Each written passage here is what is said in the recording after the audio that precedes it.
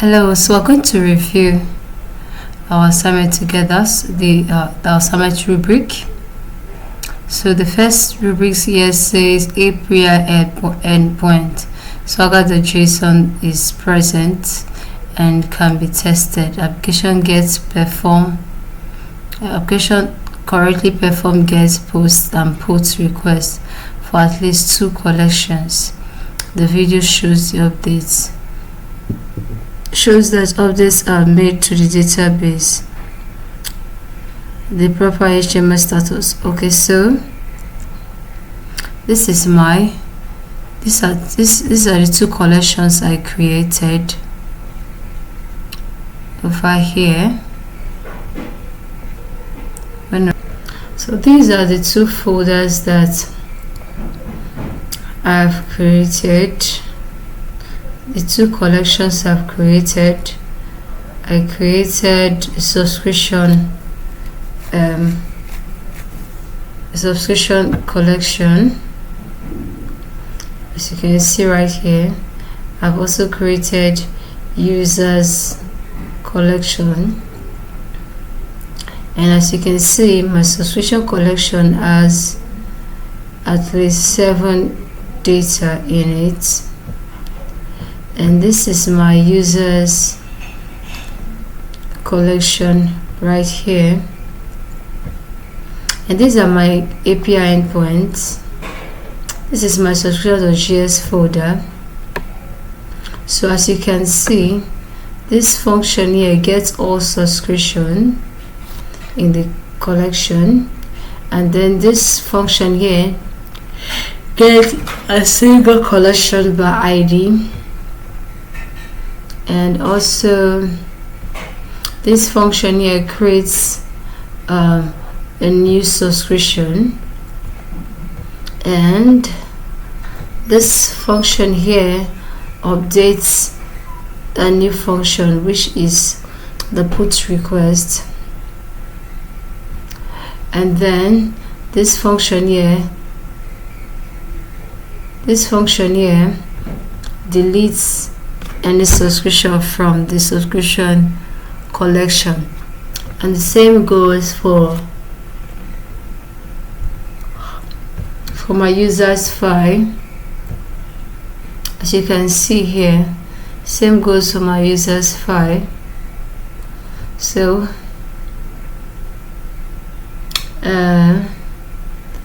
this is my swagger.json file over here. This is my swagger.json file, as you can see.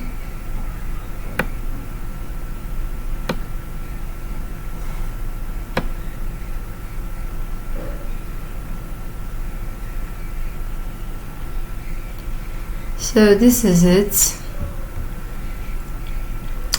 And next rubric we'll be looking at is number 2, data validation. Both post and put route for collection contain data validation. Return a 400 or 500 error if data requirements are not met.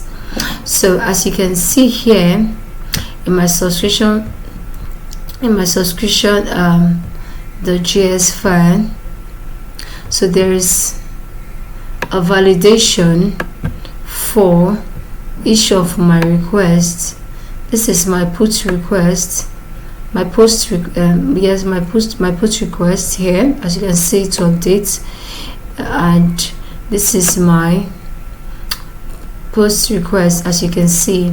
Now over here is my validation. Now if the response is acknowledged, the response is true, you return a status of 204. But if an error is if all requirements are not met and my function failed to fetch the data, it returns a 500 error right here, as you can see.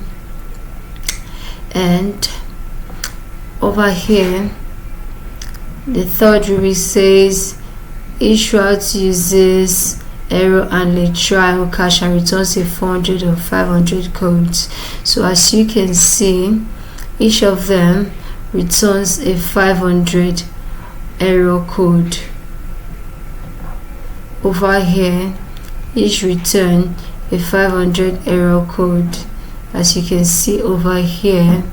And then you go to my database file, you can see my cache error here. So this is my cache error. Alright, my .cache method to cache any error. Okay, so up next is deployment. So I'll go to my render.com, click on manual deploy, clear cache and build.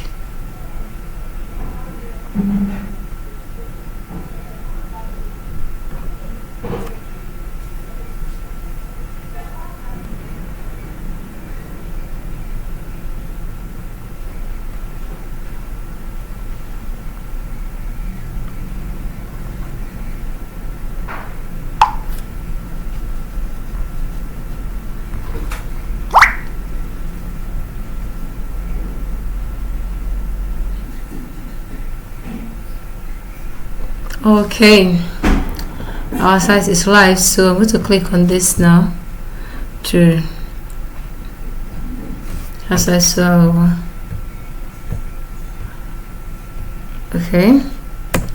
API docs.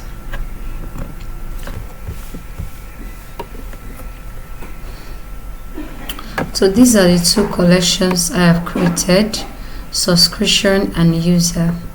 I created in my MongoDB database. So here I'm going to get all of the subscriptions in this collection. Sorry, I need to change this to HTTPS for it to work. Let me run this again. So these are the subscription I have in my subscription collection, over 7 datas, and I'm also going to get a total of all the users in my MongoDB database here. So these are the contacts I have here. So here I'm just going to I'm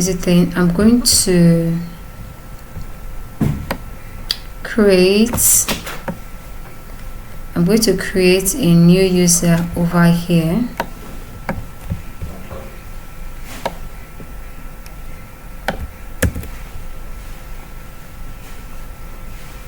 And this should be,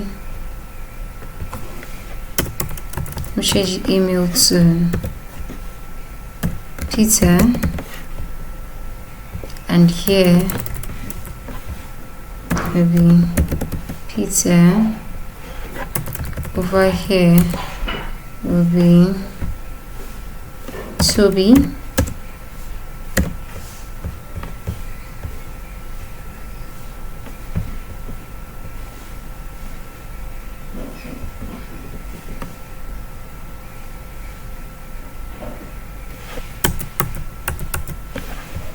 So I'm going to create this.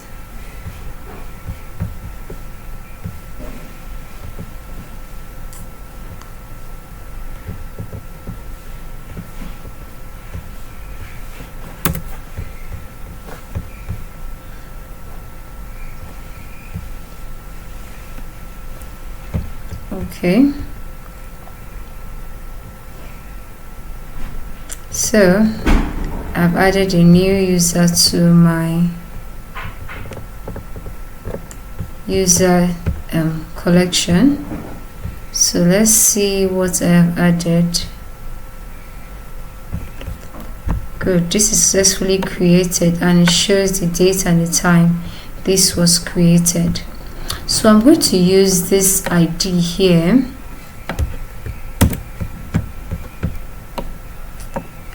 going to use this ID here to create a new subscription. So user ID, this is the user ID, provider name, let's say Peter, monthly costs, let's say $8, category, I will give this grocery,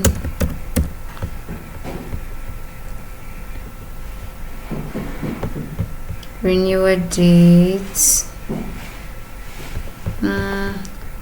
let me fill that up from here.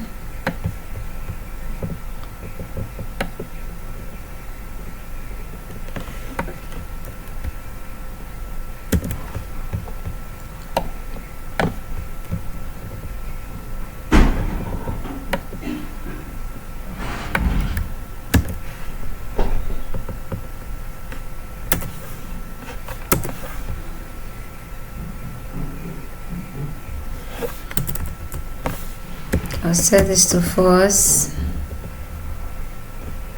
So let me execute this quickly.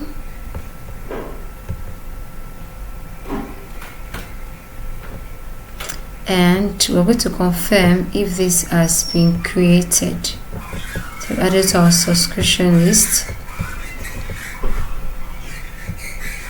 And as you can see, this last one we just created now has been added to our subscription list using the user ID. So we copy this user ID from the user collection. A user in the user collection, we copy the ID. You need the ID to be able to create a new collection. So this is the user here. We copied an ID of a user in order to create a subscription. So if you must create a subscription, you need a user ID to create a subscription. So that's how it works. And then I'm going to copy an ID also to delete a subscription.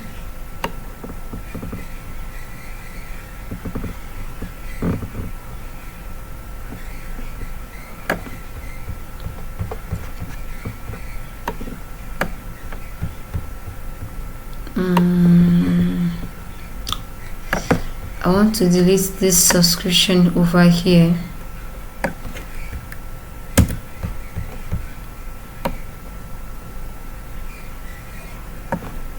So